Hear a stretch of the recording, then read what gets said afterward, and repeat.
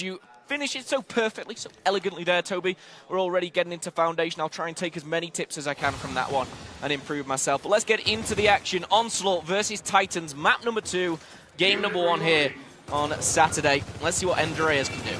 Yeah, he's definitely been the most aggressive here, but he's very red. Chaos uses that opportunity to take him out, and he's looking for a second as well, trying to bounce, misses the second shot, but if he can get this, it'll be huge. Yes, he does. The COG side do have the advantage. I would say a B, but no, the Swarm side have done well to continue up the battle here. Oh my goodness, I can't praise this guy enough. Chaos, he's walked in, he's got the entry kill, he's picked up another double, he's looking for his 4th already, he can't even see him, he should be able to finish his one. Bit of bouncing, bit of reloading there as he pops one, and will this gunfight end? To be honest, I think he should have won that, but Shadow, the movement was on point. Yeah, I think Chaos may be getting a little bit too happy there, maybe timed his reload before we got into that confrontation. It might have been a different story if he had reloaded in advance. Okay, well, things do start off a little bit slow here. Onslaught managed to get B, they lose B, Titans take the lead. We're already seeing a bit of a story unfold, but C, also known as Tree, has been neutralized here by Onslaught. And something I really like about Foundation, Momo, is how volatile all of these hills are. The Pistons battle is such a difficult one. There's not many Lancer angles. You have to get up close and personal. And then you have map control up top right. That does provide the angle down bomb. Nowhere near as significant as, say, Harbor and Reclaim. But more importantly, it's so easy to set up in this top table area and really dictate the spawns and the setup for the enemy team. Okay, so there's a good start from both sides here, back and forth if you like, but I'm waiting for that one team to really step up. At the moment, Titans do have control of 2 hills, but Onslaught, they seem to be able to move around and keep something alive. I mean, even like that there. Long-range gunfire, Chaos is going to answer back, but they got C control out of nowhere there. No one really defending that from Titans. Maybe they're looking for a push themselves. Yeah, I think Onslaught have done really well to get back that double cap now. Titans, excuse me, did have control in the middle, but here comes the response from GPC 130 himself. That is not his name, we have to mention. Absolutely. I mean, we can just call him that anyway. It's easier for us as Demise takes out 130 there. Talking of 130, we're getting up to that mark in the score. Of course, first 2-2-10. For these teams, and I think we're going to see it a lot, Toby. We've seen triple caps yesterday, some very dominant performance. I think as we go later on in the tournament, we may see that 210 come into play. As I say that, the A and C hill do swap. Titans take control as B goes to Onslaught. Yeah, well played, COG. Triple cap blinked for a second, but they were not running gun-ho. They played it a little bit slower. They knew they were going to prevent that and then win that battle too. And here comes Shadow as well, trying to defend that hill, and Sleeper as well, trying to cause some action as well himself. Indeed he is.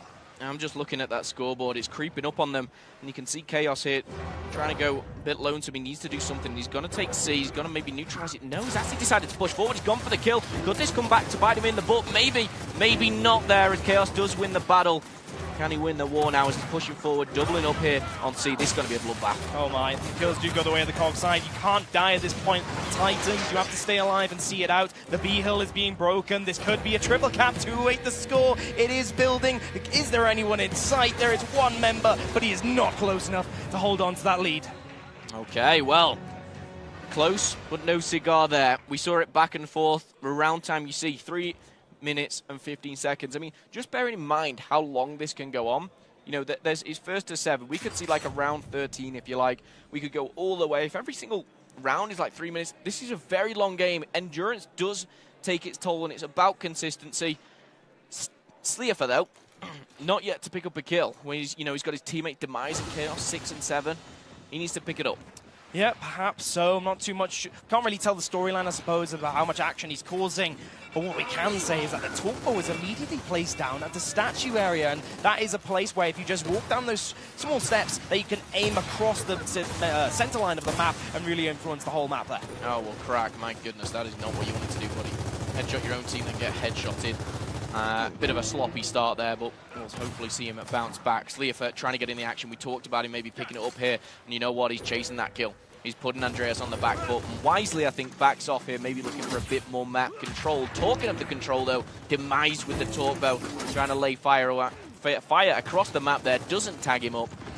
but still pushing forward. Yeah, and I do like that positioning from Sleeper. He knows his teammate's got the torpo. He knows he's got teammates behind him. He's not going to get close enough to allow a counter-attack from Titans. And here is the result. They're going to regroup, look for the cap on A, and using that torpo to really put a huge amount of pressure on Titans. I mean, they can't get out with a spawn without a torpo aim at the moment. Yeah, that's the tough thing as well, and it's so daunting, so scary almost to think, you know, you spawn up and you're straight away under the pressure. The likes of Crack putting down Lancer Fire, Chaos as well, Demise putting up some great stuff and great numbers already. But Andreas is going to fall. This is only getting worse here for the boys of Titans. Yeah, they're going to have to regroup and make a big push now for this A hill. Shadow is in there as well. He seems like he has a 1v right there, and he is going to come away with a win, but Andreas does fall as well. That cross Lancer coming from the map control area we discussed is going to influence things here too. Okay, well, Shadow and 128 picking up a couple of kills. Sleeper does get in the action and putting numbers on the board, but at the moment, the Titans control A and B. They control the lead, they control the map. 128 takes down Critical as well. I just find it funny that these numbers, 128, 130, they're doing so much damage. I want to give them so much hype here as they do take the round, but unfortunately, they don't have their tags. Indeed. But we have to say, we have to give it to the Swarm team as a whole. They managed to get back that hill, get back at the spawn, and just like that, click of a finger, there might have been a torpo against them, but they got their hill back, they got the necessary shotgun battle wins, and immediately, the important thing is rotate as a team to the enemy hill and see it through. Okay, talking of rotating, we do see here the weapon placement. We will just highlight whatever does go down, but rotations, how important is that, Toby? What are you wanting to do exactly as a team for people out there who are maybe, you know, just setting up a team or don't have one?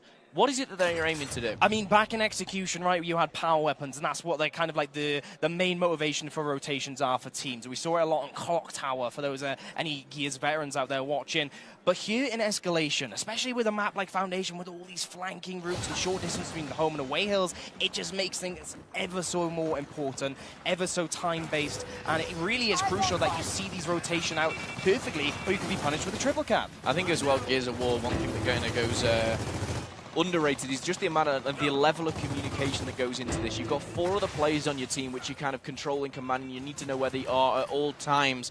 And as we say that, Titans looking to do so dominantly over at B, but it's actually not going to happen. They've gone for A. They've neutralized it. They've not got control of B, but the only hill in contention right now is C. I think usually teams, right, especially the NA side, I've noticed, they don't go for that capture straight away. They like to influence that middle battle through the center line of the map with Lance Fire.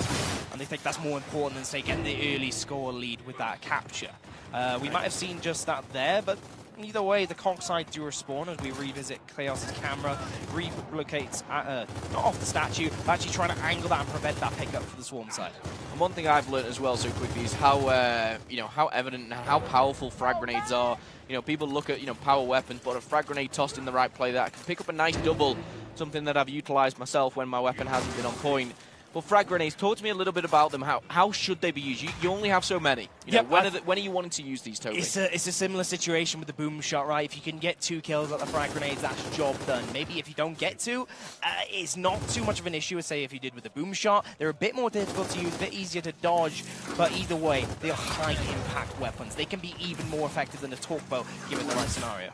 Okay, well, on your screen, 130 trying to push forward. He's doubling up and actually takes down Critical in a very stylish fashion, if you like. He's taking fire himself, not going to last much longer. Chaos, a man who's just on a mission today. And now finds a 1v1 versus Shadow, dipping and weaving. He's got 2 on his tail, and now he does have to answer to that. Yep, and the A-Hill is recovered, though, in that time by Team Onslaught. And we got to give it to Chaos, right? Great use of that torpo weapon. Places the arrow down. Of course, it's explosive, almost like a miniature frag grenade. Gets that initial damage, full reds the enemy, and then goes in for the shotgun kill, ensuring that he wins and has the advantage there. Okay, so now we're getting to the later stages of this as we are still so close. As we do see the Lancer Fire being a little bit more evident. I mean, both this and the last map, you know, we've seen a lot more Lancer Fire, and I think it's that long range that you're going to see, those power positions that sometimes a little bit underrated. Demise, though, talking a long range gunfight, he takes it to him. Andreas picks up a nice double on Demise and Crack, and now we're going to see the tables turn here as 3 go down. It's an absolute bloodbath. There's so many kills going off for both sides here, neck and neck. It will be the Swarm team, though, that get the numbers advantage there. 4 members down for the COG. Can they see the triple cap through? 3 seconds, 2, and no member is going to be close enough. Oh, are they actually? The other side of the map. Sleeper getting that kill. They keep them in the game for now. For 1 second, I'm sure one player wasn't moving there. I think he almost gave up. But one of them, he was going for it. He was like, I'm not giving up. I'm rushing into this one. It does end in a Swarm victory. That, of course, being the Titans. So, great play so far. Of course, if you just joined us here, Onslaught already picking up map number 1. And we're just going to see how this plans out, because they really need to actually pick something up. They need to push this to a map 3. They need to do something different, Toby. What is that? Yeah, I think Demise is going to opt for the placement maybe at Pistons. Maybe not, actually. Maybe I stand corrected. We have to consider that the frag grenades and torque bow are placed towards more so the A and C side, so it kind of takes the attention more so away from Pistons. I believe that comes as more of a volatile environment. As such, it's not just a basic team fight at the start and a slowdown. It's just constant shock battles, lance fire, swapping of weapons, as we've seen so far. Okay, so getting into the action once again now. We're going to bring up that overhead map, see things change a little bit. We've got frag grenades, we've got bolt-top pistols. This is where I start to get a little bit excited. You'll notice that in my voice, because we get all these power weapons drop, the respawns increase, everything just becomes more crucial. Indeed, smoke grenade. Bad timing for Shadow is going to save maybe the COG member's life using that Boltok, and he is going to stay alive too. Critical, I believe that was, is on his feet. No problem at all. Triple cap, well, not triple cap, excuse me, B capture coming in, and a potential triple cap if the COG can maybe play this right. Yeah, they had 4 down for a second, so why not push them back? You're getting the timer increased, of course, and they do neutralize A for a second. It's all about these points, and you'll notice when that flag is neutral, sorry, hill is neutral, you're not going to see those points rising.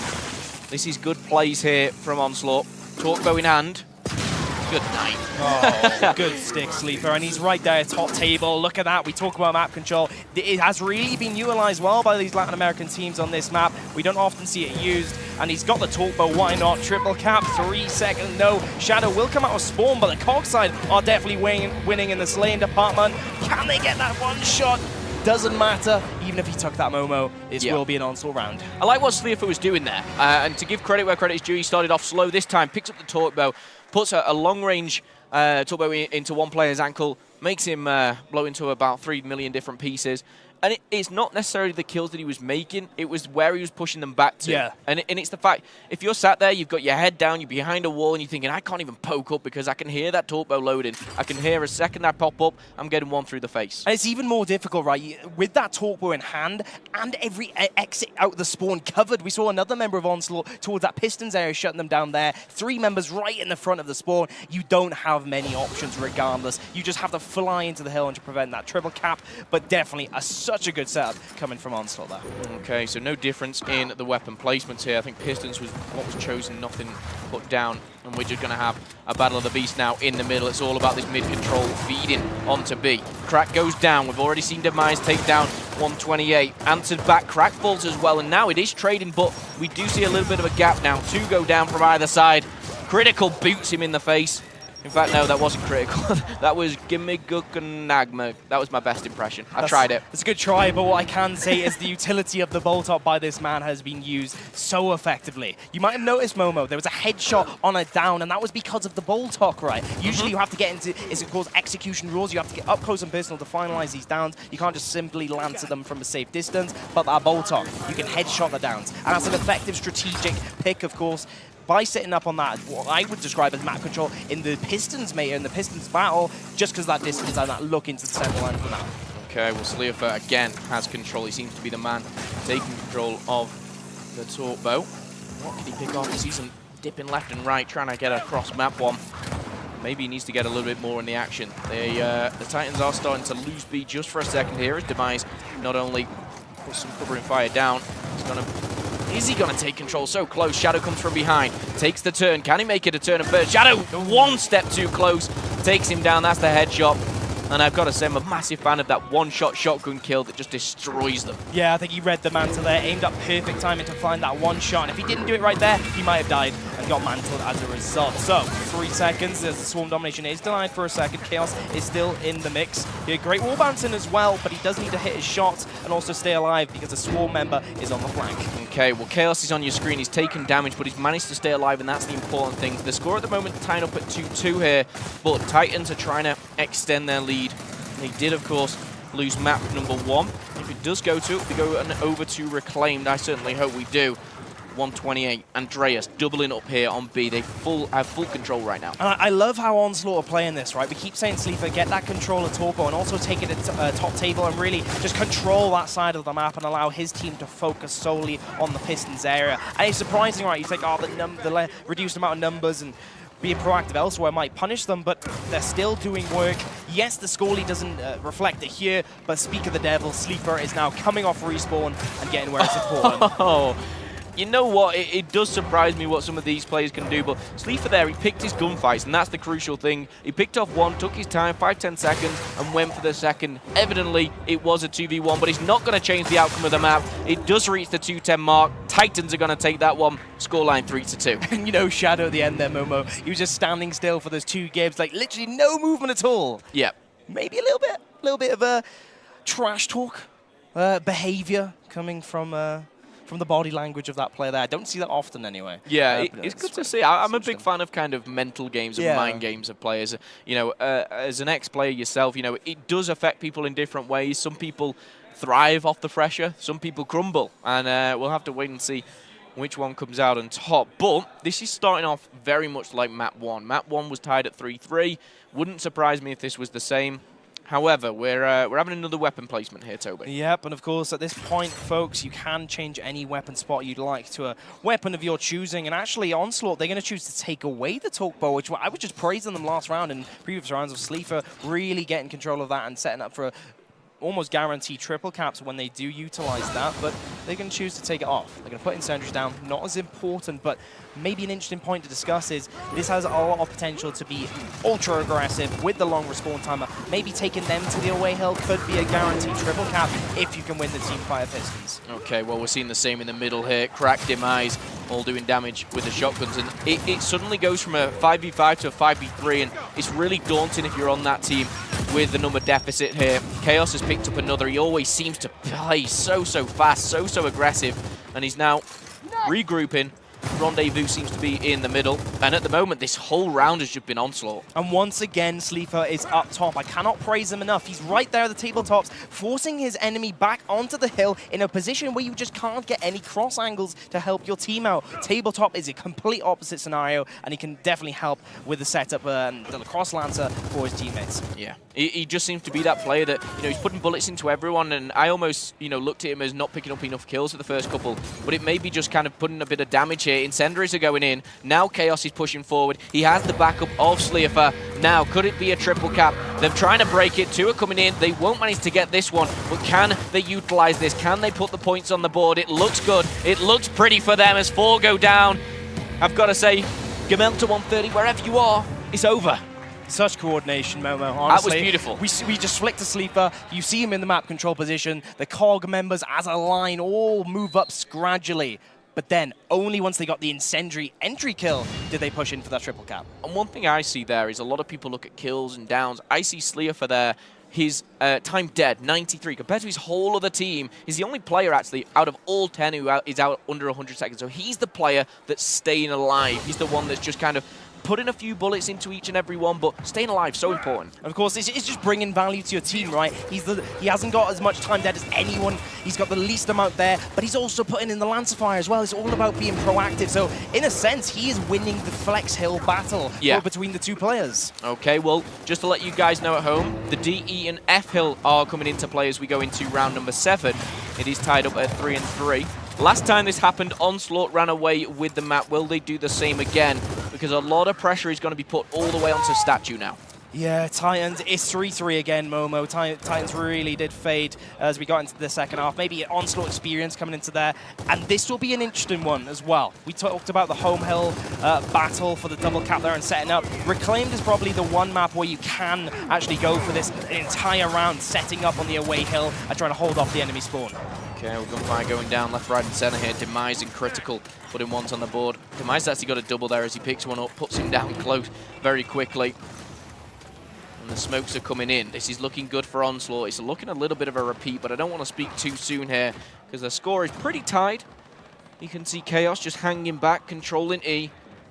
But are they going to go for F? Are they going to put this on the board? For me, they need a couple of kills before they do that. Yeah, certainly they've taken the time to regroup. They're now in a position to push, and they put enough damage on Chaos to force him running for the hills, essentially, keeping his distance. Now he's able to reset, though, Chaos, and Demise is there for a big team fight. Critical picks up one, Chaos picks up the third. It just seems so easy sometimes for these guys, and it all came from Chaos playing it smart, backing off. They play it slow and steady, wins the race, and 2 rounds back-to-back sees the COG squad taking the lead. You know, I think Onslaught at this point, for me, just judging from the amount of rounds we've seen, they do seem to be a little bit more comfortable in, you know, the mid-game fights, the rotations, the teamwork. Just seems to be a little bit better than Titans, which seems to be the difference in these rounds. Yeah, they're edging it. They really are. It's by no means a stomping. Some of the games we saw yesterday, you know, to touch on a couple, they were just absolute destruction.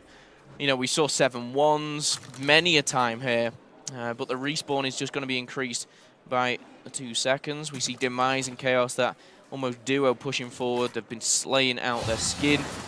Let's see if they're going to continue with it, because I believe shot grenades have been put down at the home hills. Yep, and of course, we mentioned it on Harbour, it happened there. Putting shot grenades there right at the start allows these teams to kind of slow things down when you go for the home and away hills. You can also be using an aggressive way to really push the enemy hill, so it's going to be interesting to see how that really affects the dynamic here. Okay, we're talking a dynamic. It looks like it's going straight into the face of Critical.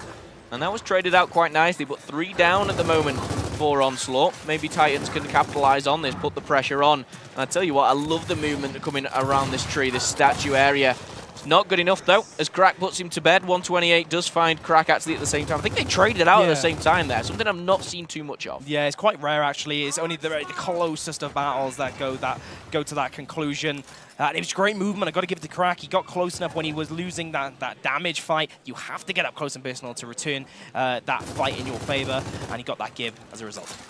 Well, now we go into the midsection here. This is where, of course, the B hill was. Shadow is, I think he actually didn't see him there as he crept up on him. Sleefer finds one. But I like the way that this now B hill is almost just a route to their home hill, and they can push through, they can go for something big. Sleefer trying to break that D hill. He will do, or will he cap it? And here's the response, right, from Andres. He runs past the enemies, doesn't want to have a 2v1 instead. He'll go for the break. Of course, there's just a huge numbers disadvantage for him now, but, you know, maybe he's bought enough time, prevented a potential triple cap, allowed his team to push elsewhere and regroup. Well, Shadow rolling around, using that smoke to his advantage here. But look how many players are pushing forward. Sleer for Chaos, Crack, they're all coming. They know what's going to happen. They've got their numbers. The trades come out. Their number advantage increases. They win the battles. Chaos is the one to put GPC 130 to bed. And now they take control of D. The side switch, and they control 2. And look at that Critical, just picking up that shot grenade. That can be used as well. I think Sleeper's going for his own. That can be used to kind of block off the enemy spawn to that hill. That's big. Of course, it might force a rotation. That's time bought. And of course, that double cap is going to be leading, going into the favor of Onslaught. And they could come away with a lead here very shortly. It's interesting what they're doing. They've almost kind of split the team in half and said, we'll defend both home hills. We've got shot grenades. We can bide our time with this. We'll control pistons, and we can just kind of, you know, lean back and forth to whichever hill needs help. So they're going to have to break it, and time's ticking. But they still do lead Titans by about 10 points here. It just flips the map, right? It's almost the spawns just swap, and the COG side spawn in the Pistons area. It's a big team fight. It's a big, difficult one as well for both sides. And it's going to be a crucial one as we actually see the kill feed is trading equally. Sleeper does the work necessary with the double kill, though. And now we're going to see Onslaught taking the lead here in the closing moments. Yeah, Sleeper's done some incredible work this second side. He's really kind of come into his own. They do take the lead. They've still got DNF. They don't look like they're going to lose it anytime soon. We do see one on the flank, but I don't see that going anywhere. He's running into literally a war zone, and it's not going to end well. I think he needed to regroup, slow it down a little bit. It's not much time, but, you know, you're right, Momo. Regardless of that time, I don't think it'll lead anywhere unless he just does something huge with a shotgun. Okay, well, 5-3 is the score, and it's just a mirror image to me. It's almost like, you know, you sat on Titans, you're thinking, we did this on map 1. We started strong, we were going head-to-head, and then we lost it on the flip side. And again, that consistency is so important. Weapon placement is coming down. I am dying to see some power weapons here. We were treated to the torque bow already, so I've been satisfied a little. But I tell you what, I'm hungry for some more. What are we going to see put down? This is a big one, right, Momo? We've just seen Onslaught just put it right in the face of Titans. We're going to cap your home hill. We've got a shot grenade, and that's just going to be our setup perhaps going into the next one. And instead, that kills me. They put no weapon placed at E, and that is just one tool that they could have used to break it, and maybe the only one that is possible. Yeah, Titans, previous round, they put shot grenades, and Onslaught go, they kind of laugh at it. They use it against them. And this time, Titans don't choose to do something different. I'm a bit disappointed, but let's see how it pans out for them. They're the pro players at the end of the day. Maybe they've got a strategy up their sleeve we don't know about. But the shot grenades are picked up either side. The home hills are capped. It's now all about the statue. I mean, it didn't even have to be a huge power weapon like the boom shot. Instead, it could have just been something a bit more passive, just a long shot or something, but they haven't done that. And I'm just waiting to see if that does bite them in the future. Chaos has just picked up a 3. Again, like, back-to-back, he does this time and time again. He's going for his 4th in a row. He doesn't manage to close things out. He was pushing the home hill of the opposition. But Chaos, again, the entry kills that this man can make are unstoppable. Well, this time round, Momo, and his Titans actually go for that D hill. There isn't a cog member in sight. It's only very, very far in the distance in the form of Demise.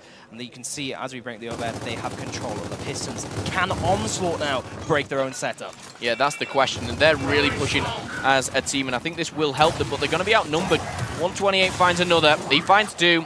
Shadow finds the 3rd, and this is kind of the tables have turned. Here's a taste of your own medicine. We can do it back to you. Hey, and maybe at this point, Titans, their goal was to go for the home and away hill. That's why they didn't give a weapon to Onslaught in this very scenario. That was definitely very convincing for me, Momo, that team fight, and it might be a tale of things to come here. Yeah, they definitely had a game plan going into this one, and you know, credit where credit's due. They didn't work it out the first time, but they said, you know what, we know what we're capable of. We will do this, and so far they're doing it great. Shadow, I love his positioning here.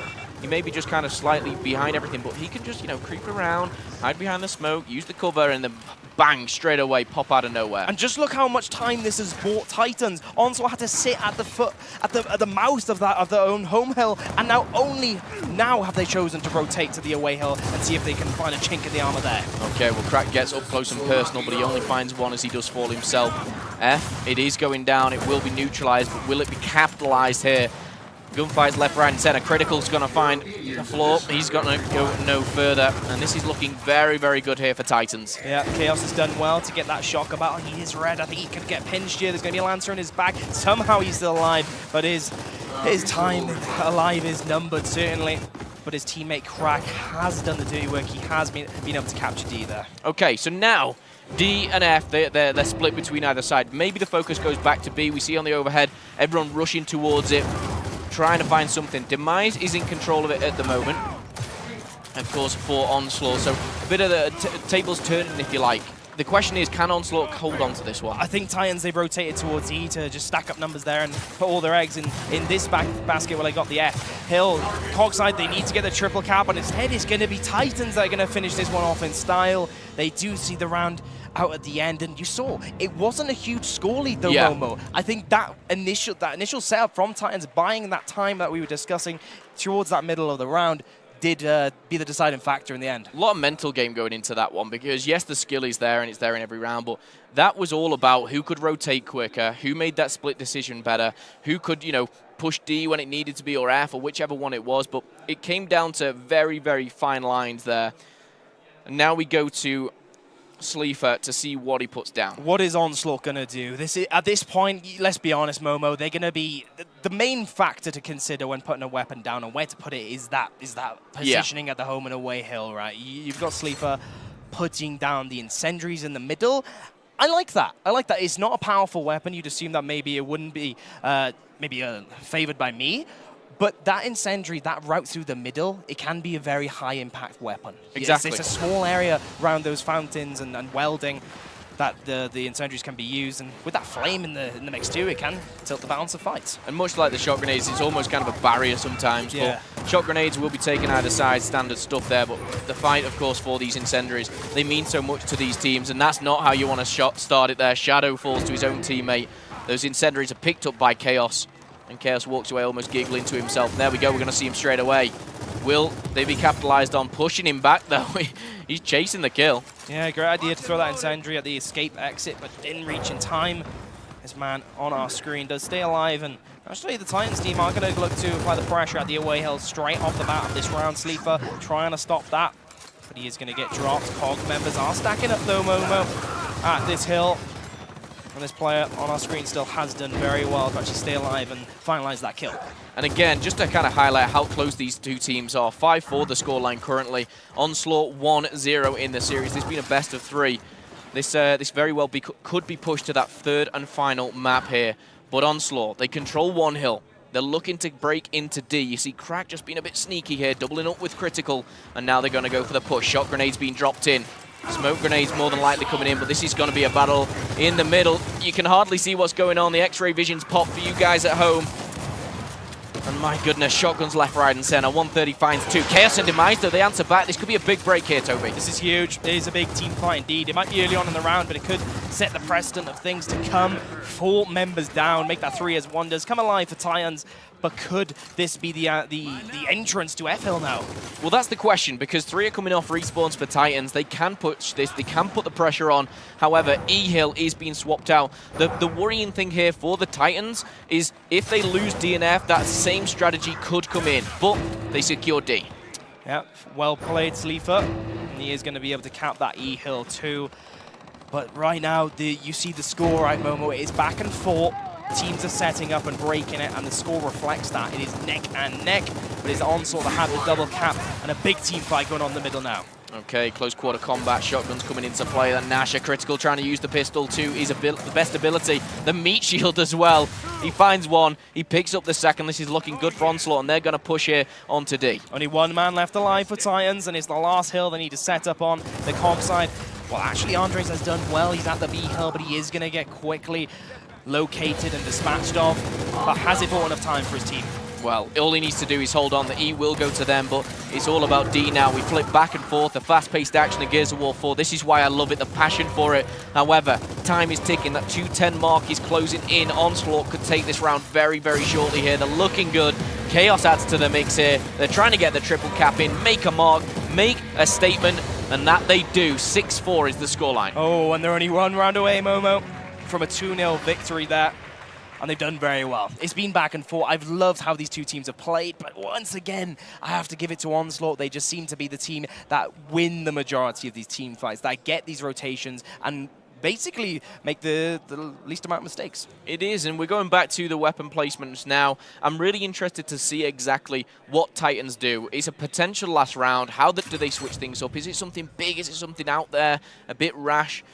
I think it was blocked, obviously, just by the top there. I didn't see exactly what it was. It's actually the frag grenades. I just spotted that. Okay. And it's interesting. The respawns have gone to 18 seconds. And guess where they are? They're Pistons, Momo. You've got incendiaries through the middle, frag grenades right there at the Pistons, shot grenades at the home hills. This is insane. So we're going to have shocks, frags, incendiaries, all popping off here. We do see a heavy amount of pressure put on the E-Hill at statue. It's expected. Titans going quick and fast, though. This is no joke here for them. Demise just does pick up 1, but Shadow does better. He's taken 2. He's got the incendiaries now, and they're looking good just to put the pressure on. I love this movement from Demise, though. It's so good, just setting up his shot, going wide, trying to find Andres, but that man himself, or the Swarm, will just sit back and reset his health. He's going to get angled in the back, though. The call-outs are there. Demise will finalize him, and that's the E-Hill going that way. Well played indeed, Momo, for Onslaught, despite Titans winning that opening initial for those incendiaries. Okay, well, it'll be interesting to see how these grenades come into play. All 3 types, of course. We're looking for a little bit of a flank here, but he's been spotted. This will be going to Demise, but get any closer, and you've got to be in a 1v2. It's not going to end well. He does back off, but will it be enough? For me, it's not going any other way. Critical cracks that one. Crack actually picking up another. Critical bounces back with a third. 3 down here for Titans. This could very well be the end for them. They're applying the pressure, aren't they, Momo? And it was concerning, right? The Swarm team had the frag grenades picked up, excuse me, but they didn't stay alive. They just didn't pick their fights well, and this might have been the result of that. Chaos and Co. capping the last hill. Onslaught take it. Well, there you have it, ladies and gentlemen. Map 2 goes to Onslaught, the team that struggled in pool play. They came off a very rough Friday, but they'll come here Saturday morning, taking down Titans 7-4, I believe, in both maps there. Great stuff to see from these Latin American teams and what they really do have to offer. You know, I'm surprised. I didn't think we'd see that much coordination from the Latin American teams. Yes, we haven't seen them that much, but I just thought maybe, you know, the experience just wasn't on their side. 0-2, I wasn't surprised in terms of the results of the pool play, but Onslaught really performed for me there. I'm super impressed with this team.